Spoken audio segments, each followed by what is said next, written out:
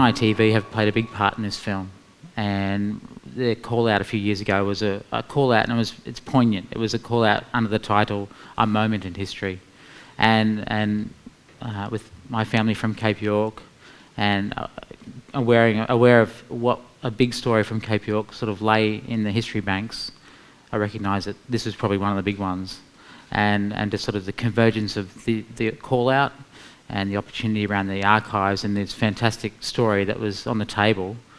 It was too good not to take on. What did I learn? That things change but don't sometimes. The reality of life is that we think we can sometimes manipulate and change but keep coming back to the same issues as a convergence. And that was the attractive part for me in the early research, was that I think we met some people early on, a lot of the folks up north, and we talked about that, and it's that coming back to the same stuff again through years later, generations later, the same problems arising around that. And I think that was a great opportunity to sort of dig into this film and have a look at policy and the influence of policy, but also the people on the ground particularly, and their voice. That the starting point was always about the weak voice, giving some weak voice back to the story, taking the ownership away from Canberra and putting it back on Cape York where it deserves to be. And do you have a sense yet of whether you've achieved that? And how do you measure the impact of the film? I think from day one, as both Helen and Trish, who I produced the film with, we knew from day one that our touchstone was always taking it back to Arakoon and filming it and screening it for the people up there. And it's been fantastic to release this film down in Sydney and up here in Brisbane as BIFF, but to be part of the community that night and share that moment with the people up north in Arakoon was certainly that's how I measured success. Janine and Fiona, I mean, I sat there and I know how that film impacted on me when I first saw it, and I know how it impacted on me again today, seeing it up there on that big screen so close up and feeling the emotion of it. But I can't begin to try to understand the emotions that lie behind that film for you too, and what you walk away from it with. Janine? When Dean came to Arakoon, through the whole filming, it brought me back to when I was traveling around with my mother and my uncles, summits, all the big important meetings across Cape York, Palm Cove, Cairns. That's why I had tears during the whole filming. But the self-determination, what was passed down to me, is what I will carry on going through from the filming as a child growing up in both world, culture, traditional knowledge, and to keep on reviving and doing what I was left with, the legacy. So yeah, the self-determination for me is keep on continuing and thriving, and the teachings of the weak nation, what is important to us, because our land is what's depicted on our body paint and our traditional culture. And the story places, our totems.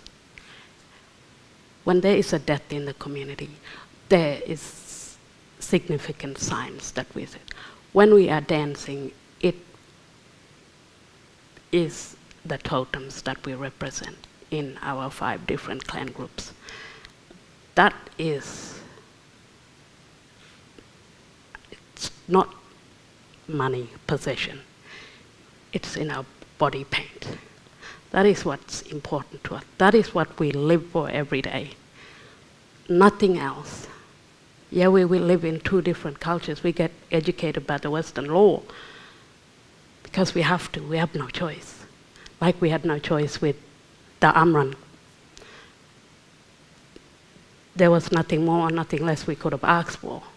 We fought for the dollar per ton, but we weren't given that privilege. We went lower to 50 cents, 20 cents per ton. We weren't given that privilege. We were only given 5 cents. So, okay, hell with it. Yeah, we'll take that. But these are the things that we keep on fighting for and thriving for from the weak people. And we will continue that till we have something. But our land is important to us. It's just a land. But I hope with this filming and with good Australians to help us in what we want and believing in. That is our only thing that we want. Fiona, there was the legal win. After such a long journey and a long battle, there was the triumph of that win. And then there was what must have felt like a crushing loss at the political level. But what do you think has been left for the Wik people from it all? Are you left with more positive than negative out of it? Can they take that court judgment away from you? Absolutely not. We remain regardless. We remain regardless. The unpredictability of LAW is what it is. It has presented itself time and again throughout the trajectory of the Wik course. For us, our critical primary concern is our survival and the quality of our existence. And as a nation, that is what we are obligated to and accountable to. Those of us that are breathing oxygen in the now, that have blood pumping through our physical being, and our cells carry the legacy of our bloodline and of the Wik nation and of the Wik voice and identity. Our obligation is to ensure that we exist as individuals and as a collective of people in the best quality of existence possible. So our responsibilities and our obligations are to work together in a unified sense and to ensure an existence of such measure is realised for the sake of the legacy our old people left, for the sake of those of us living today, and for the sake of those yet to be born. What about your children and the children of other elders and traditional owners? How powerful a symbol was the Wik judgment, the Wik fight for them? And is that the determination to keep the culture and the traditions and the life alive, is it any easier for that or not? I think there's two parts to your question there. For me to endeavour to answer the first part, absolutely, it was an absolute lightning bolt of a wake-up call to actually sit there and witness the story encapsulated in the 90 minutes and conveyed as powerfully and as articulately as it does. Absolute humbling, privileged wake-up call. The second part of your question, if I can try to answer, is it easier for us?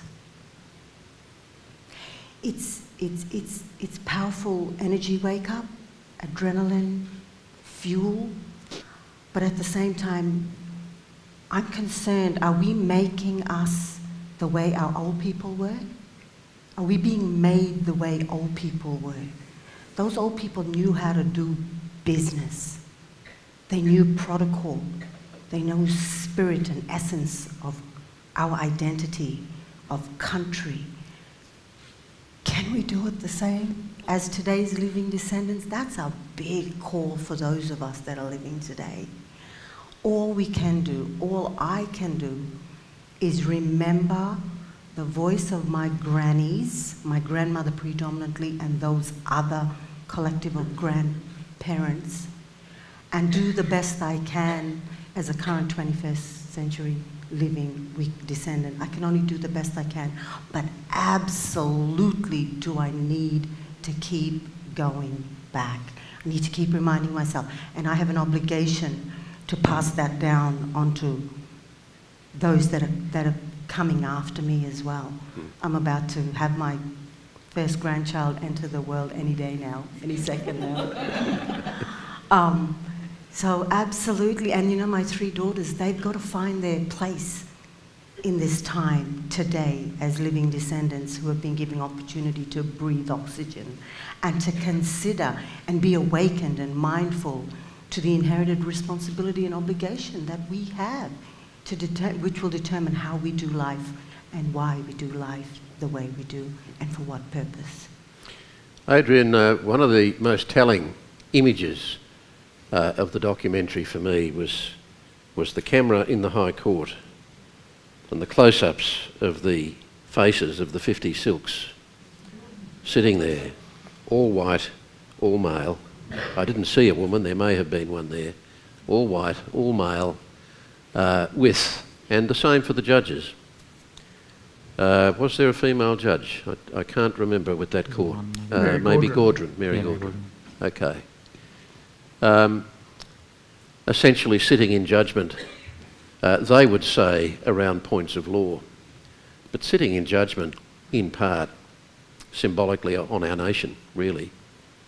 And I just wonder for you whether it was really possible for you to keep yourself aloof from the emotion of it all and from the history of it and just be focused entirely on the law.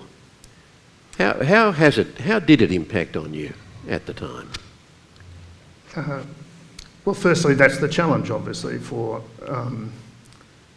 a surgeon to keep their eye on the surgery, for the lawyer to keep the eye on the main game. I mean, from a legal perspective, it was predominantly a singular case. We had a group of clients. We weren't trying to make history, we were trying to win. You must have been aware that by winning you were making history. It's difficult to think that way, afterwards certainly, but if you get distracted by the impact that the decision is possibly going to have, or how you'll appear on TV, you're not doing anyone a service. I mean, Walter put it very nicely, I think, in the documentary. That is that what was in effect being used was straight up and down black letter property law.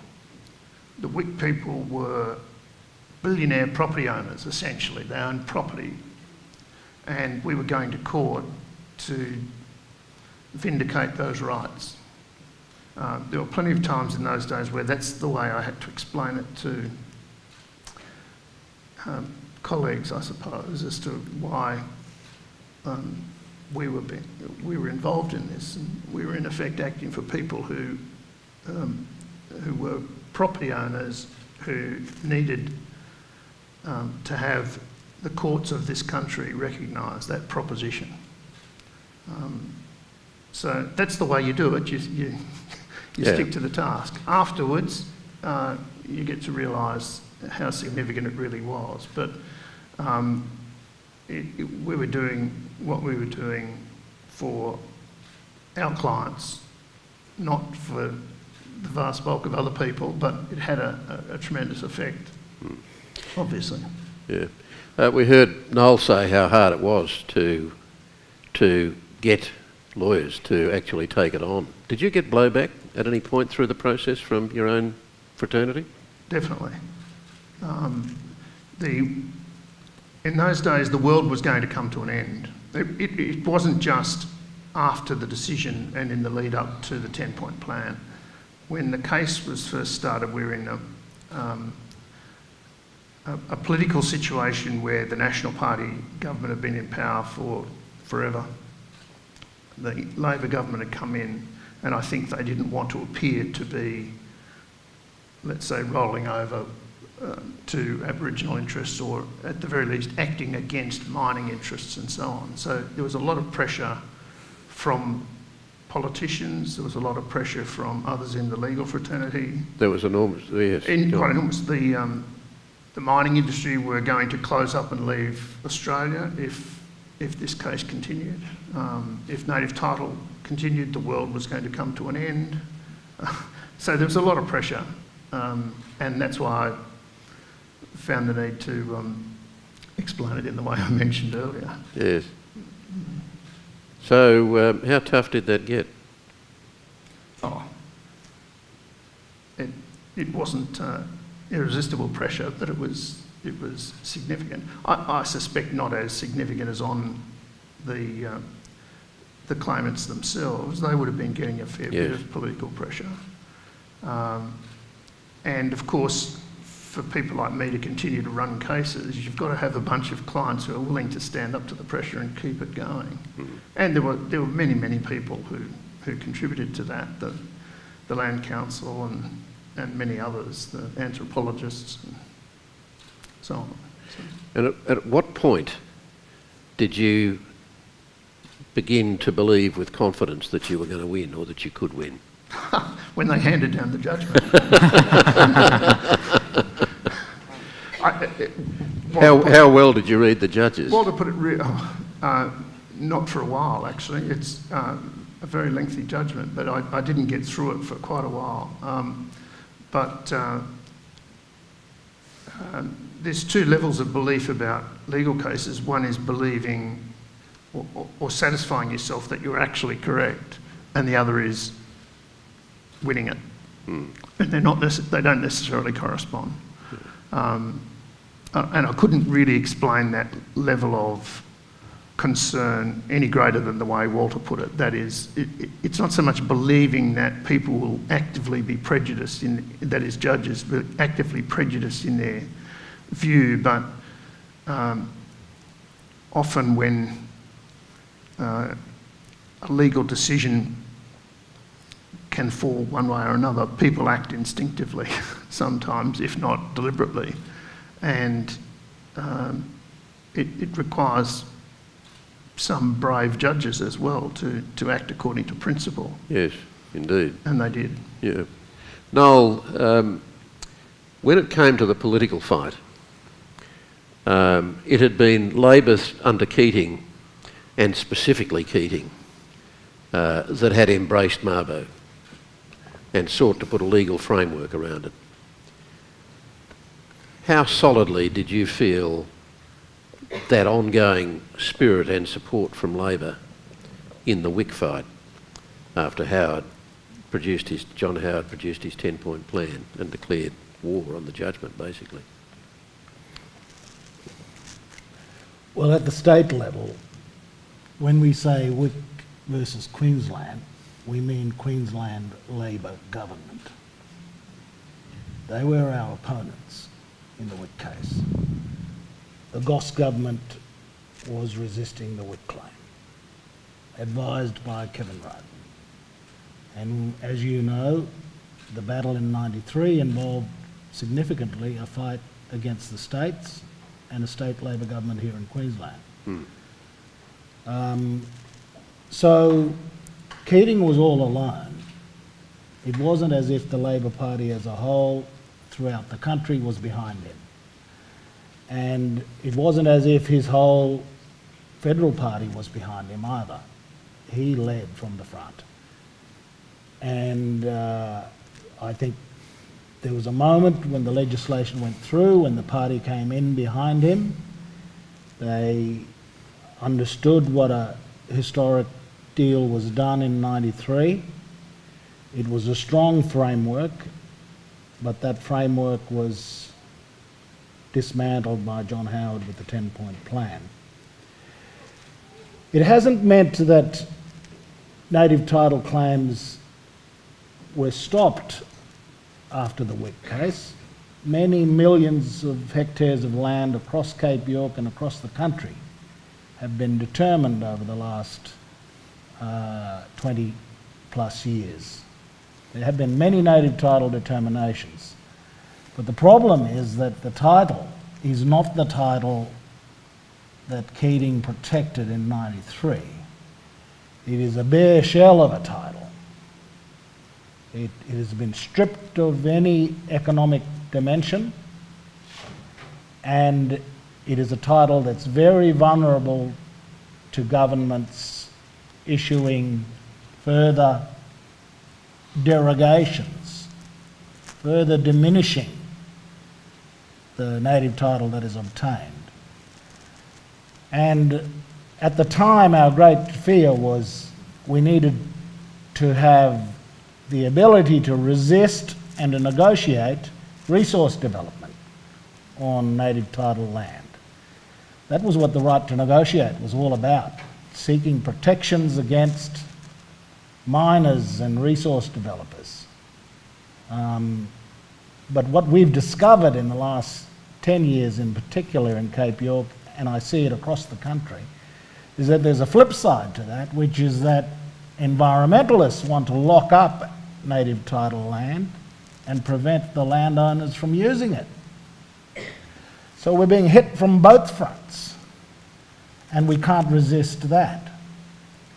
And the 10-point plan actually works in favour of the Labor government here in Queensland, working with environmental groups to stop the Wick people from enjoying their land now that they've finally won it. And just one last thing, Kerry, we're now got 50% of the Cape under Mabo. The Wick people's case is settled, but a whole lot of other cases have been settled to 50% of the Cape. We have put in a claim for the balance now in a single swoop called the Cape York United Claim, and it seeks to settle in 3 years what would otherwise take us 30 years to do if we did it on a case-by-case basis. So strangely enough, when we lodged it 4 years ago, the Newman LNP government welcomed the claim on the basis that it would settle all claims in a 5-year period. But now the Palaszczuk government is opposed to our one claim. So legally we're gearing up for another kind of Wick Mark II in relation to the Cape York United claim against the Palaszczuk Labor government.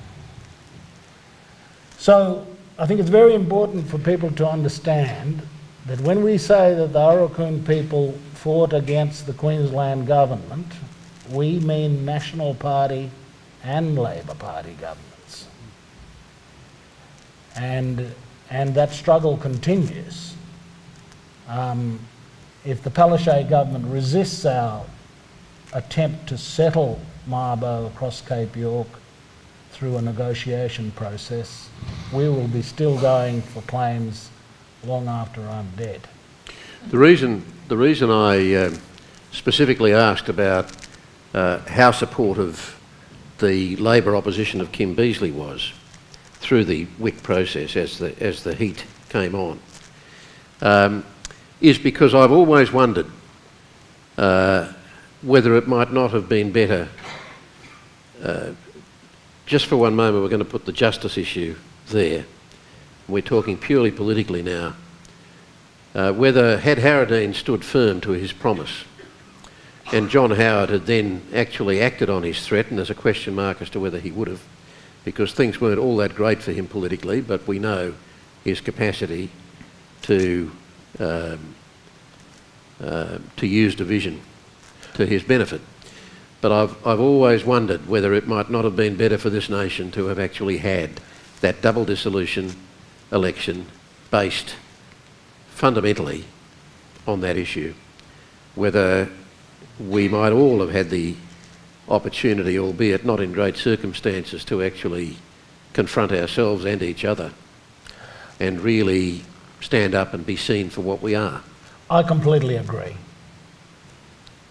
Howard's Bluff should have been called, and we should have gone into a race election if that was going to be Howard's call. I think Harradine was advised by his Catholic legal advisors, Father Frank Brennan and others. Who ironically was the son of a son High of one Court of the judge in the judges, Marbo correct. case. Absolutely, but Frank was wrong, and it was terrible advice to Harradine. I don't know of any Aboriginal leader at the time who was saying we need to avoid a double dissolution. People wanted to call Howard's bluff on the 10-point plan election, and I think that would have been the right time for him to have lost the election in '98. You consider how close Beazley got anyway. I think an illumination of what Howard was up to was really crucial in that election. And Wick would have been an illumination of, this was the beginnings. Australians weren't quite aware of this new phenomenon of dog whistling. And 78% of Australia is going to be taken over, and backyards are going to be lost. All of the dog whistling that took place, that was all the wedge politics. That was all creeping up on us. When John Howard, he was coming on the program, and he said that he asked for my assurance, for my guarantee, that I would allow him to hold the map up. And the implication was that if I wasn't going to allow him that guarantee, he wouldn't come on. And to me, it wasn't my place to say to him he couldn't hold it up. And it was there for him to be judged one way or another on it. But it was a very premeditated act to prepare a map. Yeah. And how accidental was it that the vast bulk of the country was painted brown? Yeah.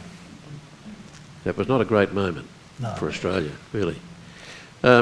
Dean, we're going to come to the audience questions in a few minutes, but I do want to ask you.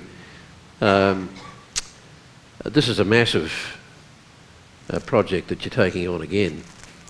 Indigenous incarceration. I mean, really, if you're going to take this chronologically and historically, you're going to start with Arthur Phillip.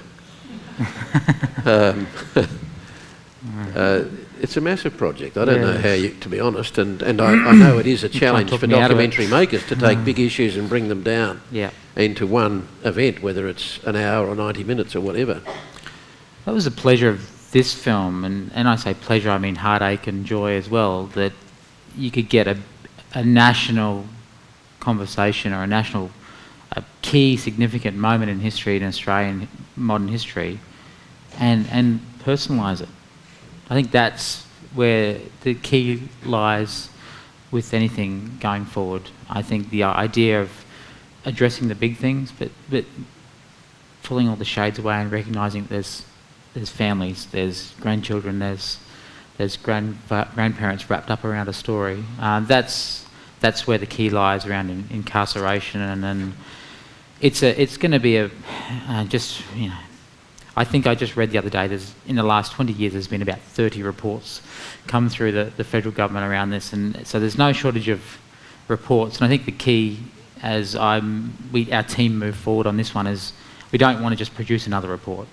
We don't want to take the report from the paper and put it on the screen. We need to find the heart of the story, or the people of the story, the emotion around the story. We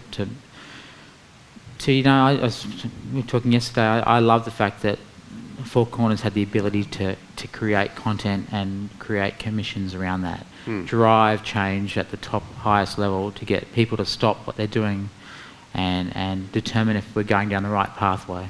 And that's what I hope, as we get into this next body of work, that this can somehow play its part in that kind of conversation, and that, I don't know, it's a big one. It's a big one. It is. It's a big one. In fact... And it starts right back, like you say.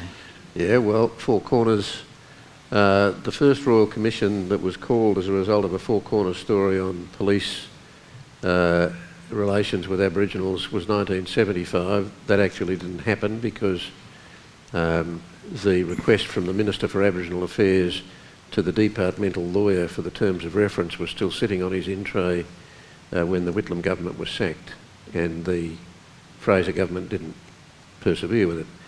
Then there was another one in the 80s as a result of a Four Corners program from David Marr, and again just recently. And unfortunately, I suspect there'll quite probably be more. Now, questions? Questions from the audience? I can see a hand up there. And can we get another question? Have we got another one so that we can get a mic towards the back? Can we get a microphone to them as well? Okay, go for it. Thank you so much for the presentation and the film. It's just been wonderful. Climate change is critical. We have an extremely dubious company wanting to coal mine in the Galilee Basin with a challenge by some of the Wangan Jangalingu people, which looks like it's headed for the High Court.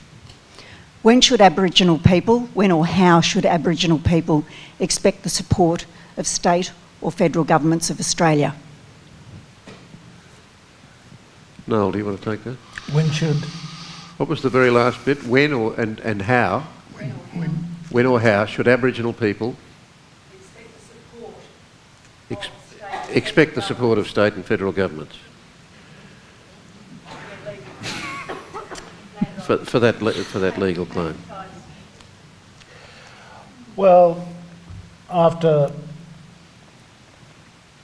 26 years or whatever it's been since Mabo, and the opportunity that native title represented to make a deal, make a peace deal on what is always the fundamental issue, land. It's always the number one issue in a colonial situation like ours. And Mabo provided a potential basis for coming to a deal between the old Australians and the new Australians.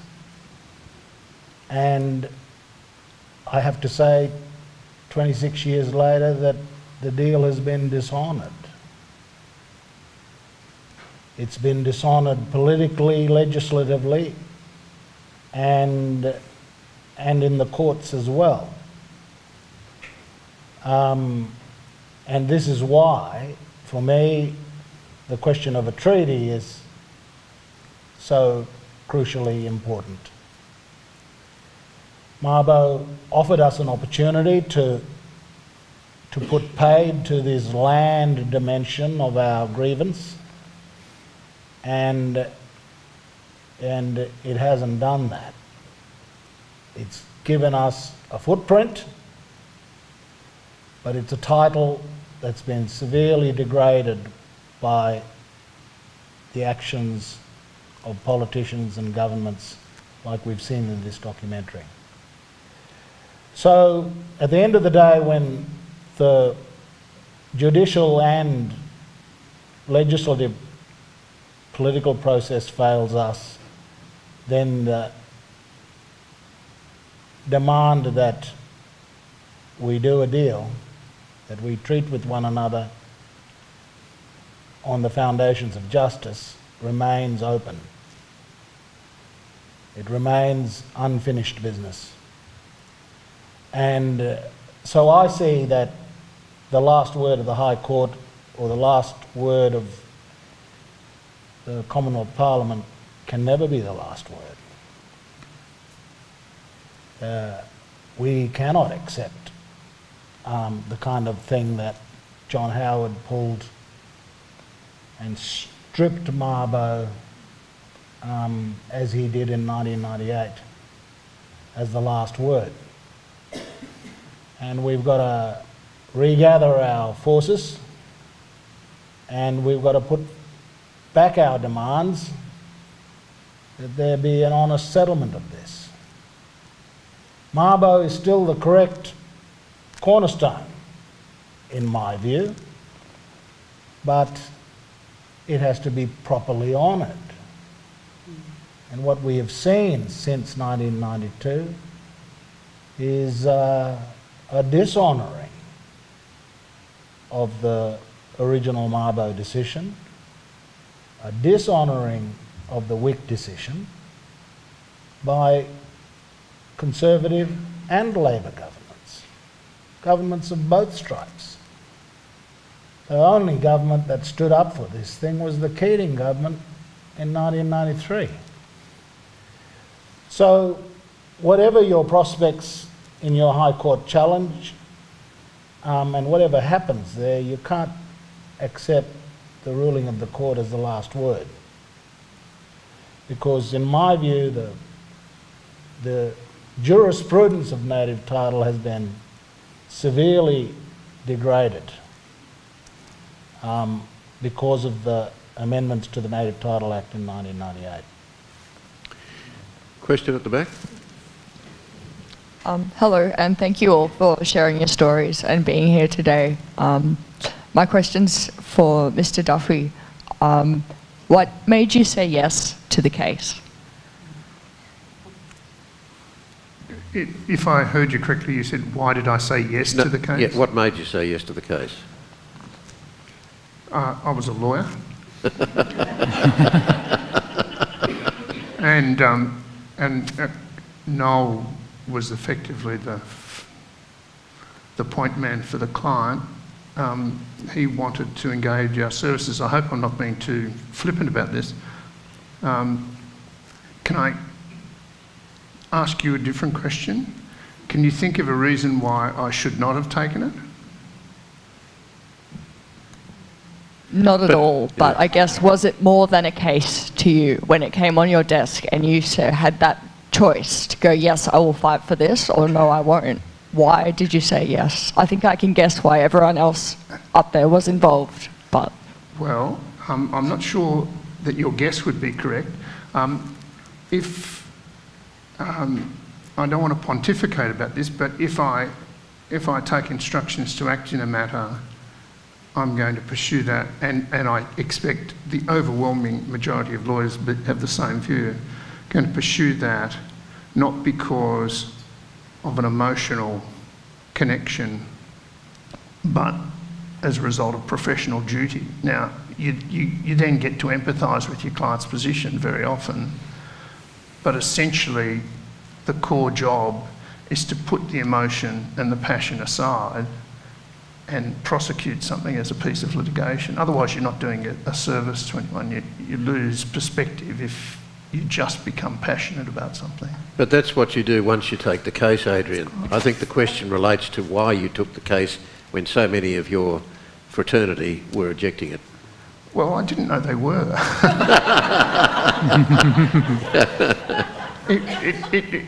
It always just appeared to me to be what was going to be a good, big piece of litigation that was very important. It started with, this doesn't emerge, but it started with a very particular aspect. What was going to happen?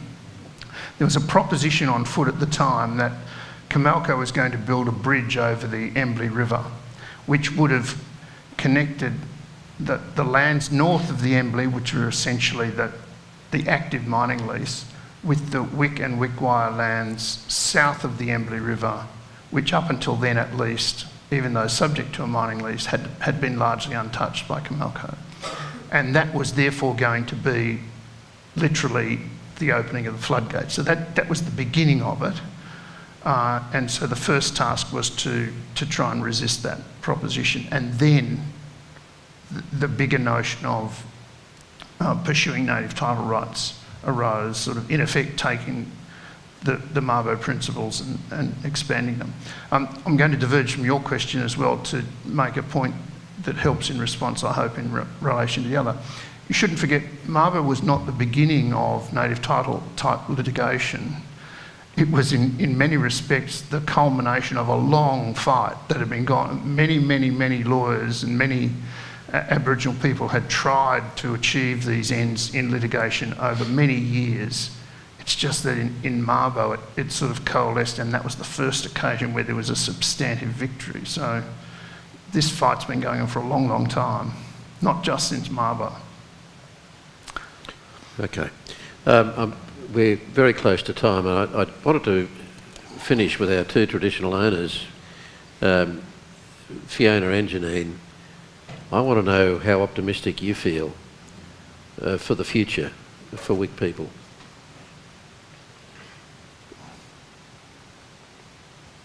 Since signing the WACA agreement, we've established small businesses to work in relationship with Rio Tinto through the Amran lease and other earth-moving businesses that have come onto Amran through timber harvesting, earth-moving, and then working on with Cape York Partnership for empowered communities, which I and another local guy sit on. And this is through what Noel has been voicing across Cape York. This is where the several communities in the Cape are taking a stand with Prime Minister and Cabinet. And we're bringing back outstation movement back into Arakoon. And the small businesses that we have established through the WACA, this is the Indigenous Protective Area. So we have native title. With moving on to country, these are the why from our ancestors and what we're bringing forward to better embedment for our people and the sustainability in both worlds, Arakoon community and the outstations on the homelands for the weak nation, so they can establish their own businesses, micro business with, this is, we are going through this process. Right. Fiona? I continue to steadfastly remain optimistic. The current climate is busyness. Community is very busy. Activity on country is progressive and very busy. We have no choice but to stay awakened and be mindful that busyness and continued interest in country is not going to just disappear, and we will not revert back to pre-colonial times. We have no choice but to become awake, to stay awake, and to be proactive and part of the process. My sister has just gone back, in terms of homeland movement, gone back to country to live. I have another 14 or 15 months of wrapping up my PhD, which focuses on the revitalisation, the revisitation of WIC ontologies and the role that the revitalisation of WIC ontologies will play in order to sustain, feed the people, keep the people sustained as we move towards the future. Okay. Dean, congratulations to you and your team on the film, and would you please thank Dean and the panel. Thank you.